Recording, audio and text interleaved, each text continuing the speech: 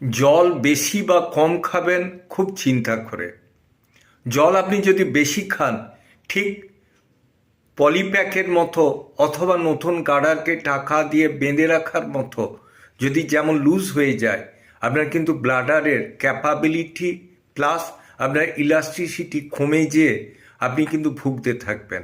আবার জল যদি কম খেতে থাকেন, পেচ্ছাবে জ্বালা, অস্বস্তি এবং বাথরুম ফেরার পরে অনেকক্ষণ পর্যন্ত একটা বিরক্তি ভাব রয়ে যাবে, পায়ের যন্ত্রণা হবে, ক্রনিক ইউটিআইয়ে ভুগবেন।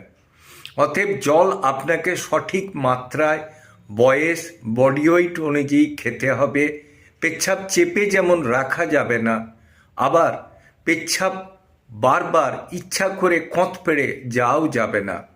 সঠিকভাবে আপনি জল খেলে অনেক কিছুর থেকে রেহাই পাবেন এবং সুস্থ থাকবেন।